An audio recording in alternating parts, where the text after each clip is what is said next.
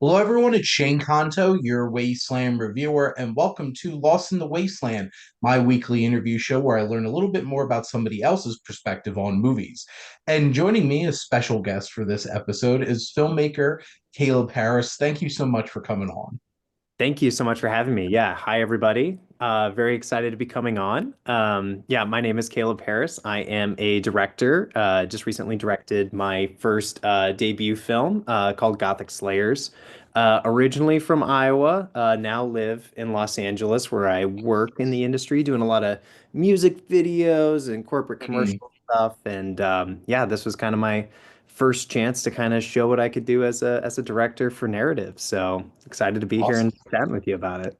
Well, I'm excited to talk to you about Gothic Slayers, which was an absolute blast. It's one of those kinds of films that mixes a whole lot of different kinds of genres and humor and, that nostalgic video game experience. But I guess, Caleb, thinking about, can you tell the audience a little bit about what your film's about? Yeah, so Gothic Slayers is the story of two best friends who work at a mini golf, or I should say, putt-putt, What? putt and they stumble upon an ancient evil cult that's trying to summon a demon from another dimension that is going to inevitably destroy their town.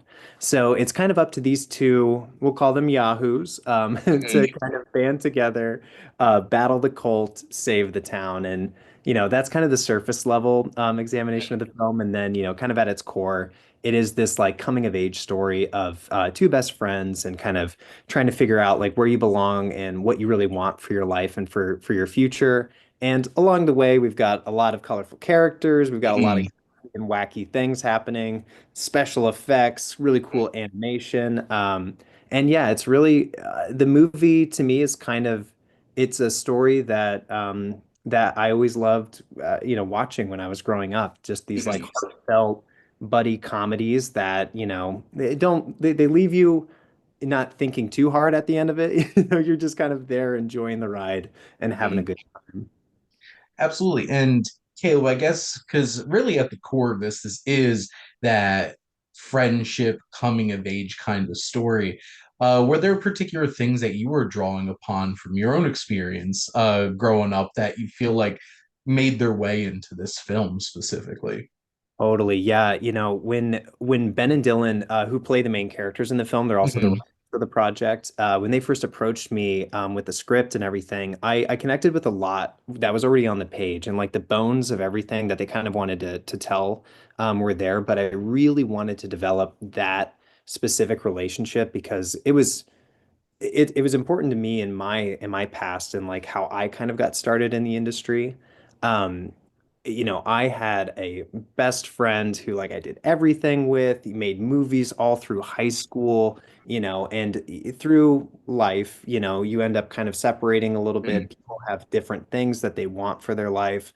So he went a different direction, and it kind of propelled me into the direction that I went with, making films and working in the industry. So I'm very thankful for that. But I wanted to be able to touch on kind of that theme of, sometimes like you can be in the same exact place where Mhm. you started, but you can be with the people that you love, and that can be fulfilling. Because for me, obviously, I want to be a director, I want to make Yeah. movies. The way I live my life is like, oh, I'm gonna do these really great Mhm. big things. And my early 20s, it was that like I'm gonna be famous, I'm gonna be a movie star, I'm gonna do this, I'm gonna do that. But really what I've found in my life now that I'm the most proud of are just my relationships and my friendships and the people I care about. So yeah, so I wanted to like really put that front and center, and that is the journey that Ben's character specifically in the film kind of Mhm. goes through and kind of comes to at the end of it. Well, and I think that's a very relatable kind of experience of I feel like that not everybody absolutely loves what they do for a living, but people will stay at places because of the connections and the relationships that they have with those in their job. And like I have a full-time job. I've been there for 9 years, but like honestly, it's the people around me that really keep me there and keep me wanting to stick it out through, the nonsense and stuff like that. But, you know, I don't think anybody's out there to, at least I don't want to speak for everybody, but aspiring to be, working at a putt putt, long term, but it's like the friends that you have. Mhm. And those kinds of connections, I think, really speak well through the film. And especially with this kind of film that's very nostalgic and has that kind of coming of age story sprinkled in with a lot of like genre kinds of elements. Were there particular films that you felt like you were drawing upon when you were working on directing this? Yeah, I think, when I got the script, like, again, I was so connected to like Mm, bones of the story that I was so excited about it. And I almost never do this. I always like to read a script a couple times, really kind of sink my teeth into it, let myself kind of mull it over before I respond back to anybody mm, or move forward. But I was so just enthralled by it, and I just saw mm. it in my head that like immediately I put together a pitch deck with a bunch of movie references and photos and stuff. And like the Nice. next morning, I was sending it back to Ben Getz, Mhm. who had sent me the script, and I was like, I'm ready. Like, let's, we could shoot tomorrow. I got this. And I think my immediate first thought was like, pretty much almost all of Edgar Wright's like, Yeah. body of work, Scott Pilgrim, Hot Fuzz, Shaun of the Dead. Like, I think he does a really brilliant way of just like kind of building these strong friendship connections with his like lead characters that are really endearing. They're very innocent, kind of at their core. And they're very simple too, in the way that he kind of expresses like the connection between the characters.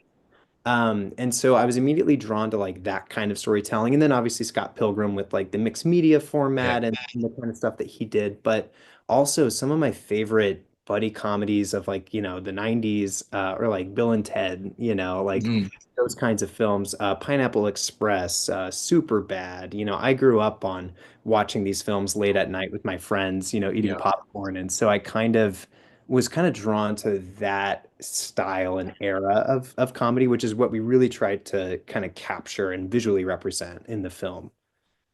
Absolutely. And you could definitely tell in terms of those kinds of experiences with this film feels so unique because that like 8-bit video game life comes to life in the film. And that's definitely something that Scott Pilgrim really made come to life as well. And it's interesting pointing out some of the other films from Edgar Wright as well, because a lot of them, you know, they're not like coming of age in the same kind of idea, but it is, adults trying to, move on and grow up in a situation where it's Right. just like one of them's like, I feel like especially Shaun of the Dead, where it's like Sean's in a place where it's like he needs to grow up. He might Yeah. not be like a teenager, but like he needs to grow up. And you can definitely see that kind of dynamic in the two main characters in your film. And obviously, you said this really spoke to you right away when you looked at this script.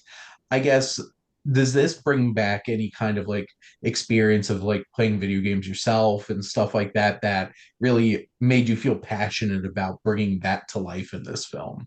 So the video game element of the story it's my favorite thing to talk about because Mhm. the honest truth is that it was never written in the script. It was never something we actually set Interesting. out to do. It purely came as a result of us running into catastrophic production issues on the day. Like we were getting rained out, left and right. We were shooting most of this in Maryland, so it rained on us the first week. Mhm.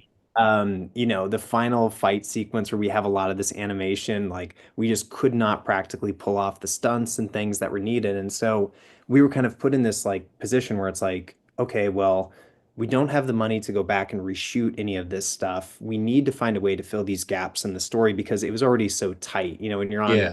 on independent film, you don't really have a lot of wiggle room. Like we're shooting Mhm. exactly what we need. So we, were up late one night during the production, and me and Ben and Dylan kind of came up with this idea that the boys already used the video game as kind of like in the script, they always used it as like a guiding light to like kind of what do we do next? Because in the video Yeah. game, this. So we kind of just stumbled on this, like, oh, well, what if we just actually did an animated sequence where we switch kind of in and out of reality? And, again, it was something I never planned on actually doing. Mhm. But it's now like it's the piece of the film and the identity of it that I love the most because I'm such a big video game fan Mhm. and nerd, quite frankly. Mhm. So getting this opportunity to put even more of myself on the screen and to do something and take a chance too, because it was risky. Like a lot of people weren't sure if it was going to work and Mm. didn't know who our animator was when we were finishing principal photography. So we're like, I hope it's gonna come Yeah. together. Um, so it was a huge risk, but I can't imagine what the film would be without that now. That's such an interesting story, and it's so funny with your magazine covers in the background, especially looking at Jaws, where it's just like stuff happens, and sometimes you have to make some movie magic because the film's just not working out the way that you intended to. And that I think that's a very admirable ability to channel something like obviously you were very passionate about and find a creative solution. And it really does work in the film because, it might, I don't know if it was less subtle throughout initially, but like it felt like it built up to that natural kind of point where they go full blown hero mode, but like they've been heroes through a video game only in their lives because it's not like they're doing anything miraculous in their actual lives, but it worked so well and it was so much fun in the climax of the film to see that come to life. So that's a really awesome story and how you're able to make things work. And Yep. it's like you mentioned, it's like when you have a film where you don't have a ton of money to be able to keep pushing through and being able to do that, it's the creative solutions that bring it together for sure. Yeah. Yeah, and they Yeah. make it better too. I have a lot Mm. of directors I'd speak to who have a hard time letting go of what their original vision was because that's what they thought and that's what was born in their brain. But I found through this process, so many different ways, so many different times, parts of the film weren't what I planned them to be, but I can't, Mm. they're better for it. So like being open to like knowing that catastrophic things will happen, that your plan will just Mm. get ruined sometimes, like within the first 5 minutes of the day, but getting excited with the fact that, like, oh, this might lead to something really cool and really different. That's kind of my new approach to any project that I kind of tackle moving forward is embracing those hardships because it might lead to something new. Well, and flexibility and adaptability are so important in so many walks of life. And that's something like I work at a college and I supervise a tutoring center. And I'm like, you're going to go into a tutoring appointment with a plan, and you're going to have a student that's going to completely throw that plan out the window. Right. And being able to make those kinds of shifts and everything. And obviously, in a creative process, I I do a little bit of writing and stuff like that. And sometimes things take you in a different direction that you didn't expect. And being able to step up and be able to do that concretely while making a film, that's definitely something that really stood out in terms of, and it felt so natural within the film that I would never have guessed that wasn't part of the film initially. So I think that really worked about it. But Caleb, I always like to ask filmmakers or actors talking about their projects, what's that one thing? If you had to make that one pitch for people to go check out your film, why should you check out Gothic Slayers? If so, I would say if you're like me and some like you feel kind of burnt out when you go to the movie theaters now, Mhm. or you kind of scroll through, the streaming platforms with it feels like just another piece of something we've already seen before that's just kind of this blanket story that, we've seen, time and time again. Gothic Slayers is something that I genuinely feel like it's different than anything that we're really seeing coming out right now. Mhm. It does harken back to this older, style and time of filmmaking where things didn't have to be so overly complicated. The messages and the Mhm. themes have to be beaten over your head, with a stick. Movies can just really truly be fun just to be fun and can leave you walking away with a little something in your gut saying, "Oh, I feel good," like something just feels endearing about what I saw. And that to me is I think what I hope that people will take from the film and that Mhm. will kind of drive them to want to see it is like it's a little bit of everything. It's got action, it's got drama, Mhm. romance, all this and that, but it's just I think it's sweet. It's a very sweet movie and I think like what you said, everyone can connect to something I think kind of in there.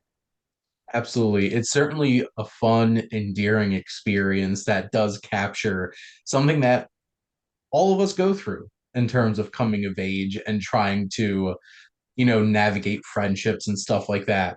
And then, just throw out like cults and stuff like that and just even more flair to go on top of it. But before we get into talking about a little bit more about yourself, Caleb, where can people find Gothic Slayers to check it out?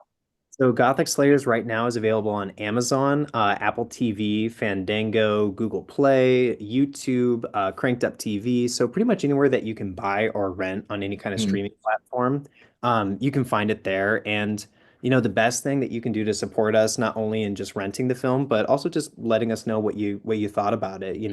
Rotten Tomatoes or IMDb. Give us a star rating. If you really love the film, definitely do it. If you hate the film, don't do it. I'm just kidding. We take all. We want to hear from everyone. We want to know what everyone thinks of the film. So yeah, that's where you can find it, and that's what helps us the most in our careers. Awesome.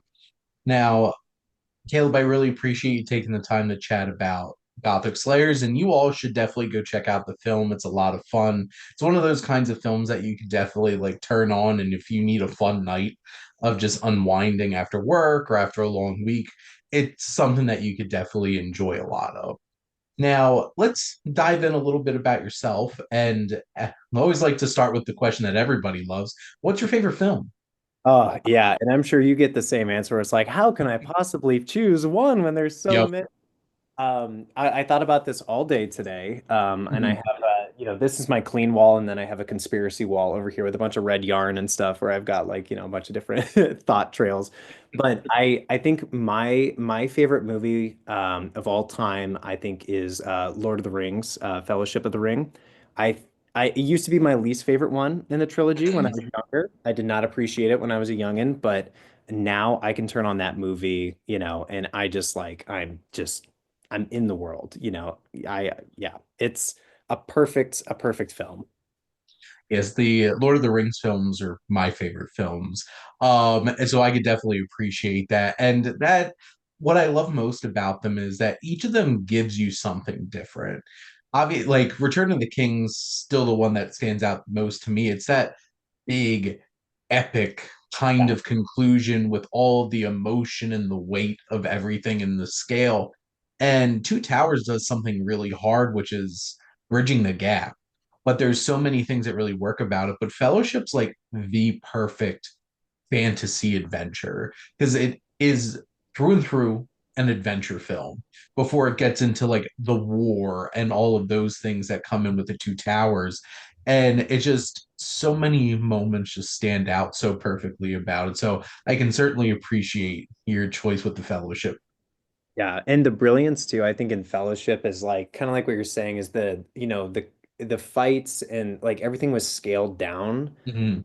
still felt kind of the same sense of dread and Yep. suspense from like, especially like the Mines of Moria sequence, like not only in the Tomb of Balin, when they're fighting there, but then also just like the Bridge of Khazad-dûm and the stairway, like all these sequences, like is really not, it's not crazy. There's not like a huge, army coming after them Mhm. necessarily, but like, and so that's what yeah, I love the simplicity in the way that they told and they express some of these things. And yeah, it's just a brilliant, brilliant film.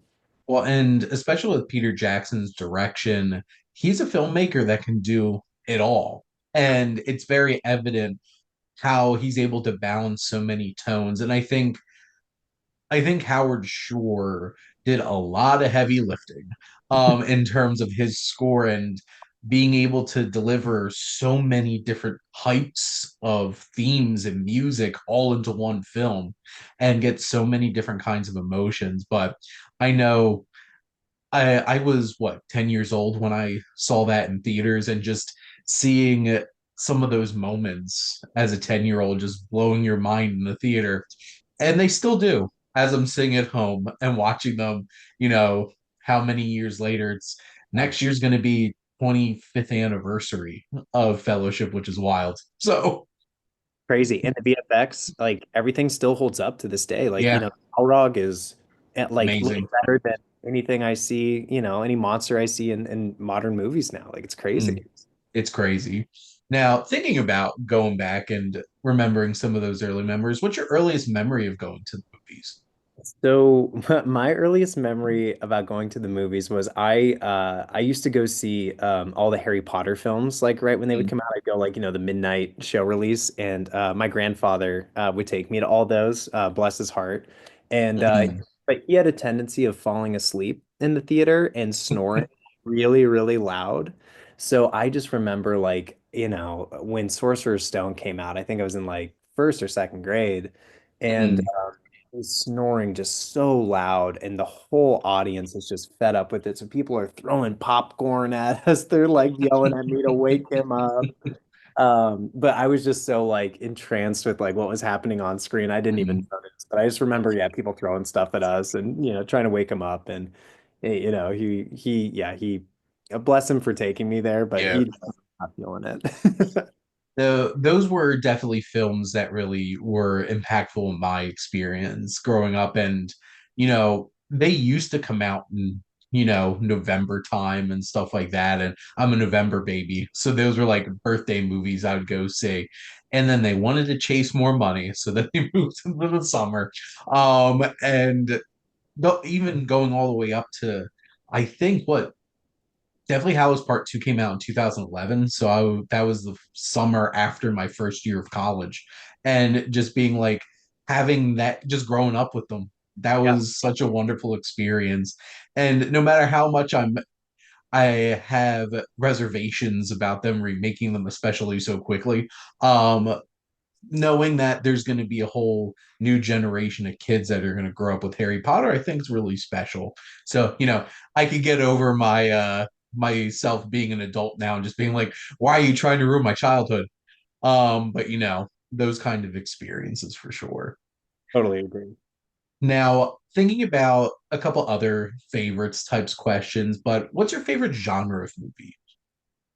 So I think comedy is, my favorite genre. Mhm, When I first moved out to LA, I was given some advice on like as a filmmaker, I was told like, hey, if you want to like, really be successful and get in quick in the industry, like you really need to just, do horror. You can a horror movie can go a lot further on a lower budget than like any mhm, other very and and especially comedy. Comedy is almost kind of at the other end of that spectrum where you kind of need to have like big names and big stars to kind of like carry a comedy to get people into mhm. the theaters to go watch Yeah. it. Which is, great, great choice by me to do a comedy for my first, real feature film. Um, but so I spent a lot of time doing horror, like writing horror, shooting horror. And so there's definitely I grew to love that genre a whole lot, but my whole childhood and even like where I got my start, where I was just like making funny videos on YouTube with Mhm. friends back in high school. We had a little flip camera. We'd run around and do sketches, at the mall. Mostly it was us like asking girls out, and then they would reject us, and then we'd post that online, hoping to go viral. And that was kind of what was beautiful about this film was I was still in that mindset, like, oh, I need to make a horror movie. I need to make a horror movie. But then this opportunity kind of came to me, and then I was like, oh, this is actually like really who I am and really what I like to make people laugh. Like that's Yeah. something I feel really, really good. So it was cool to kind of get reconnected with that. So yeah, I think that's my favorite genre. Yeah, I think we underestimate how much we need a good laugh in our lives. And I think one of those moments where I really realized that was, moving through the pandemic, which it's so hard for comedies to get in theaters and really make an impact anymore, which is really sad, to be honest. But I remember seeing the new Jackass and almost choking on my mask sitting there with the pandemic because like I was laughing so hard. And you know, it's basically at this point, it's that collective experience of like seeing a superhero movie with a whole like big blockbusters together, watching a horror film and being scared together, or sitting in a theater and being able to have just a whole room full of people laughing Yeah. at things is a really special experience. And I'm really hoping that. more comedies are able to find some footing in Yeah, theaters again. And, you know, not that it's not fun to laugh to myself sitting at home watching a movie, but it just adds that other layer. But comedy is such a great genre to just, bring so much joy out of watching a movie and getting that kind of experience out of it for sure. totally. Now, do you have a particular favorite filmmaker? So, this is always I have a lot of people kind of ask me this, and Mm, I've tried as much as I can in my career to not try and have like favorites when it comes to like mm, filmmakers specifically, because it's hard to not always compare your work to them or like really, really try and emulate exactly what they're mm, doing. You always want to be able to kind of like take your own takeaway from it. But I think what I will say is that, even with this film, kind of like what I mentioned before, I think Edgar Wright kind of mm, has the closest identity to like the way I like to tell stories. I think mm. he most represents the style and structure of filmmaking that I think I'd really hope and love, to accomplish one day. And he's just a really sweet person, like Mm. everything that I see on his social media and every interview, he just seems like just the nicest guy in the world. And I think more than anything, I would always want that for myself, like within the industry, to not only Yeah. be successful and be good at what I do, but also garner respect from my peers and just be a good person and not let it change who you are at your core. He definitely seems like such a fun guy that really appreciates the opportunity to be able to tell stories and make people laugh and have a great time. Anytime one of his films comes out, and that's the thing too, because he doesn't really make a ton. Yeah. Like he has significant gaps of time between his films, and sometimes you even get like a Sparks documentary that pops in there to hold you over. Which I remember watching that just being like, this has so much of his personality in it, and it's so much fun to watch. And when a documentary can have so much personality like that, but like even just waiting for The Running Man to come out later this year, I'm very excited about checking that out. But that Cornetto trilogy is something special.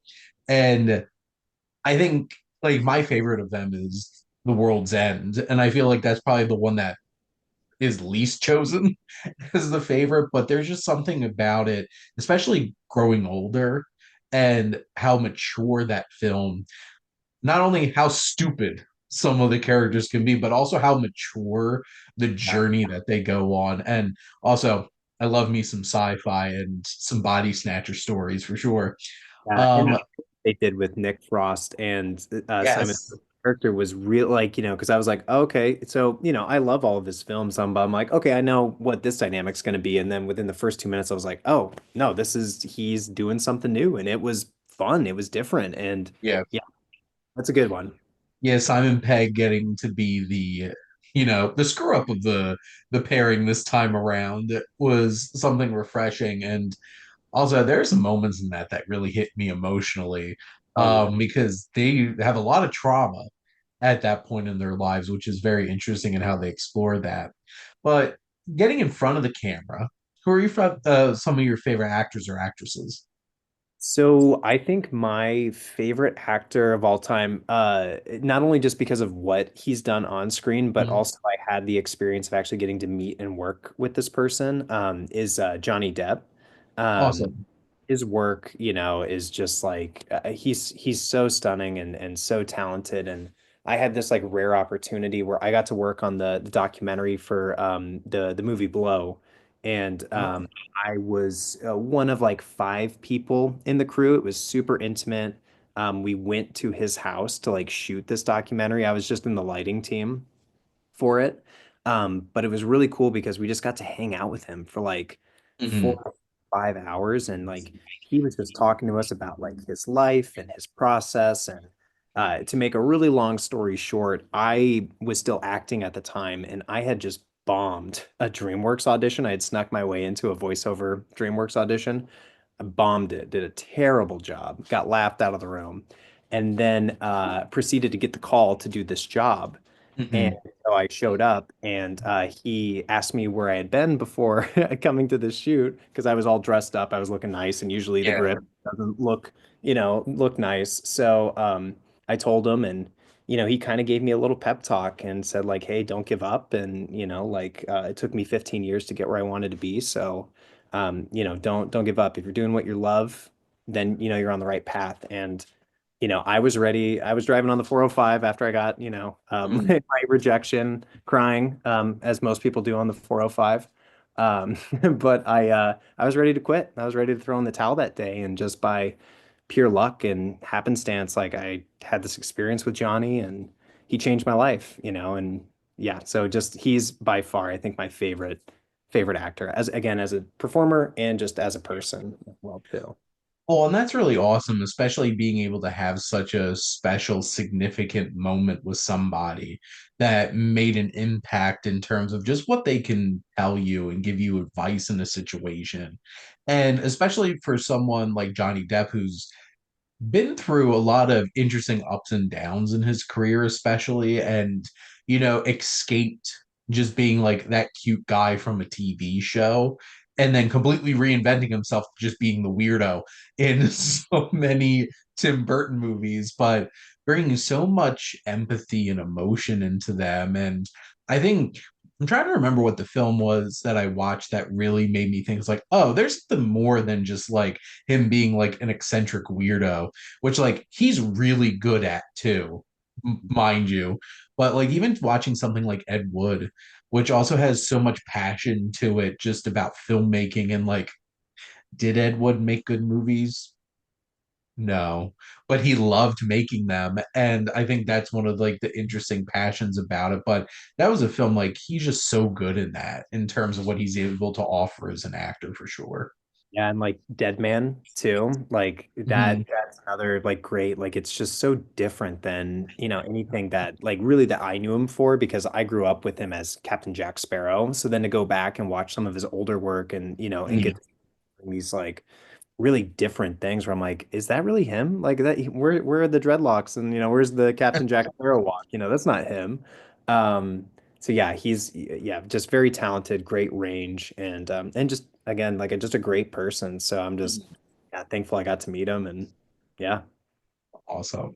Now, what's a film, Caleb, that you feel like you could just watch like every day?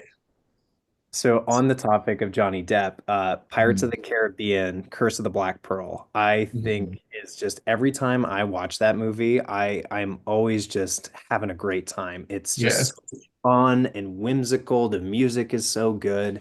And every time I watch it too, I watch it every time I fly. It's one of my like, rotated movies that I watch when I'm on a plane.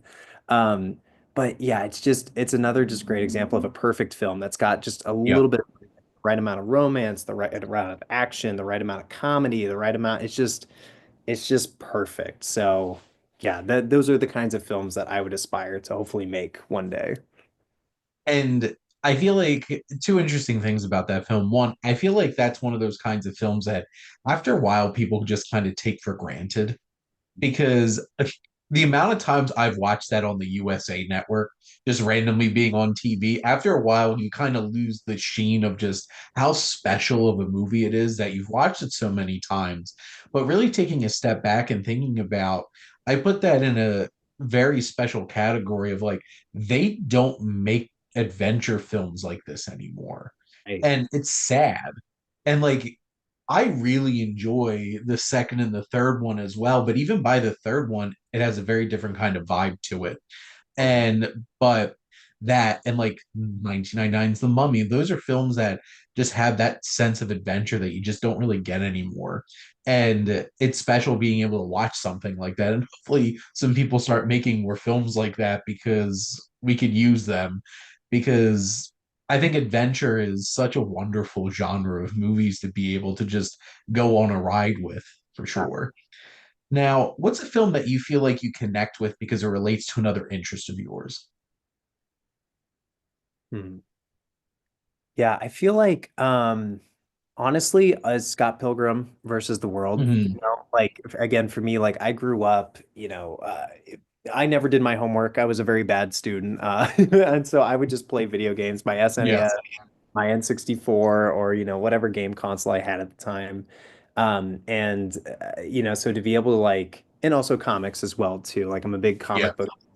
So like that movie to me, when I first saw that in theaters, I was like, God, it was just this like beautiful meld of like those things that I love so much. And again, like to praise Edgar Wright, I think he just did such a great job of like representing it in a really honest and yeah. fun, can see the passion for like his own hobbies and interests that came through. So nothing felt like it was just slapped on just to do that. And I kind of try to take the same approach in my film with like my animation style and stuff, was to like hire people who could do it perfectly and like really Mm, like pay homage to it in a very respectful way. Even the music.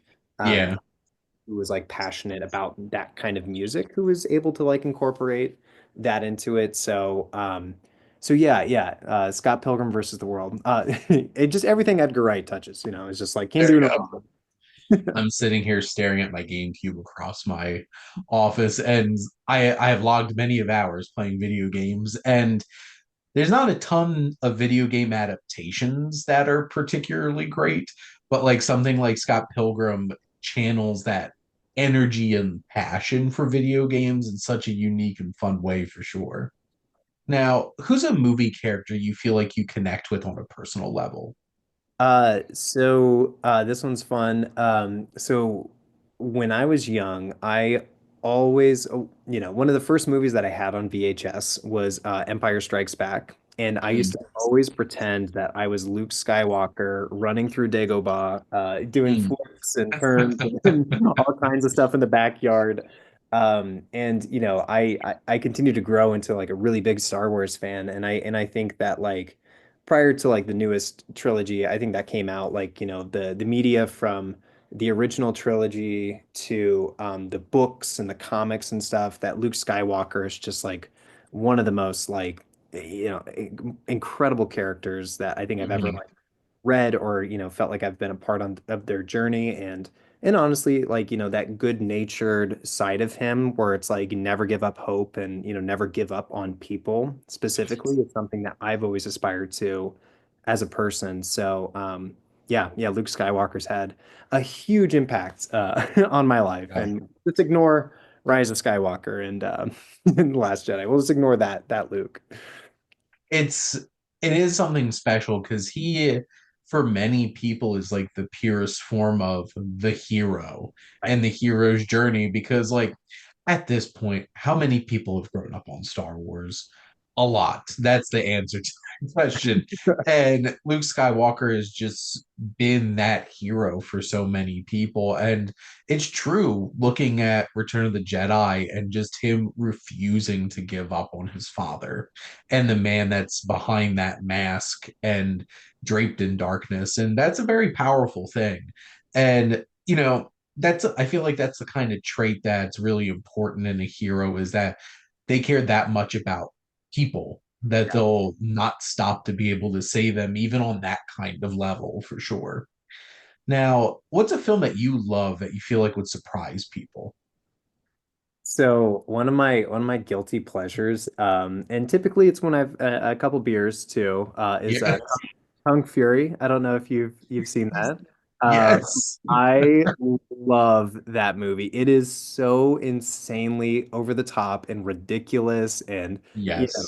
foolish, but like to me, every time I watch that film, it's like every joke, every moment, I'm like, this is somebody who is just having so much fun in the writing of it. At no point were they ever like drawn back to be like, all right, like let's make this a little more serious, guys. Let's not go too over the top with this. And I think that's, it's kind of there are these like new films that are kind of like doing things similar to that, and Mhm. I think it's just such a beautiful way to express yourself, and it's just so fun. Like you don't have to really pay attention. You just tune in for a second here, and it's just, comedy after comedy. that that film is a treat that it exists. And Yeah. I think that's the most important thing. And that is a fully developed and fully committed to vision. That Mhm. was nobody has come in and altered. It's like somebody's like, I'm gonna make the most bonkers, ridiculous action, whatever, how many genres you want to mix with this. And it's just such a wonderful experience. And I'm really hoping that Kung Fury 2 sees the light of day because I want it in my life. So there you go.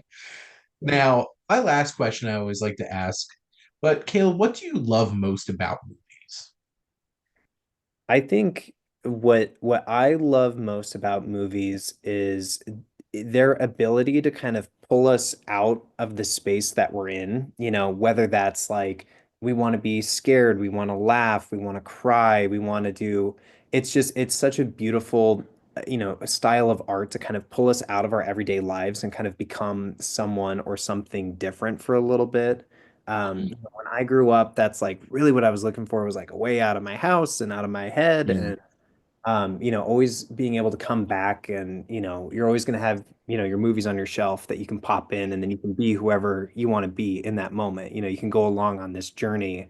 And so, yeah, I think that's always what's like drawn me to them is that like magic of just escape, books have always provided that for me too, yeah, but cinema and seeing it on screen is like that extra level of awe and like spectacle that I just don't think is ever going to be replaced. I don't think it can ever, ever be taken away. absolutely. And it certainly is a special kind of experience and always a special kind of art form that just completely envelops you into an experience like that. But Caleb, I appreciate your time. And how I always like to wrap up the show is I have my guests ask me a question. So, what would you like to ask the Wasteland reviewer? So I would like to ask you, since we've been on the topic of video games for a while, is Mhm. what is your favorite video game of all time? Ooh, that's so. I know the game that this is going to sound silly. The game that I've spent the most time playing, is the greatest baseball game of all time, MVP Baseball 2005, that I have for my GameCube. I don't want to admit how many seasons of games that I've committed to playing this game. But honestly, I'm from a game that like really engrossed me in what it was trying to do. One that really stands out to me is Lord of the Rings: The Third Age. Oh, yeah. That which following these other group of characters that were on this parallel journey to the Fellowship, and also wild that it came on two discs Yeah. on my GameCube, and it's like, well, switch the discs. Like this is wild. But I have also spent a lot of time playing that game and just getting every move for the six characters, and I'm definitely a dwarf Okay. Yep. lover in terms of Lord of the Rings, and had Hood the dwarf and all of his like dragon armor was like the coolest thing. So I definitely I spent a lot of time playing that, and also the Return of the King game. Yeah. Honestly, that Oh, was out co-op. too. There's no better co-op game like out there. Yep. That was like our couch co-op for years. Any sleepover that you went to, when you were young, like you were playing Lord of the Rings, leveling up Legolas and, Aragon and It's 100% Gandalf was OP in that game because after a while it's like he could literally shoot flaming projectiles at people and you're just like murking people left and right. You're just like, back to this that. is it's like I need to give increase the difficulty here. Time to play as one of the hobbits. That was And then the Hobbits were tough. Yeah, Hobbits, and then you're just Hobbits like have hard. that was tough. And just being able to like a little stabby and people. But no, those are some of the games that really stood out to me. But I appreciate that. Something different because I usually get asked movie questions and stuff like that. So that was a lot of fun, but definitely on topic. But Caleb, thank you so much for your time. And I really appreciate you coming on and talking about Gothic Slayers, as well as talking a little bit about yourself when it comes to movies. Well, thank you so much for having me, and to all your viewers, thank you guys for listening to me ramble. My wife appreciates it. She's not getting the brunt of my rambling, so this has been great. A great escape for her. There you go. And thank all of you out there. Make sure to go check out Gothic Slayers. But thank you as always for tuning in and supporting your Wasteland reviewer.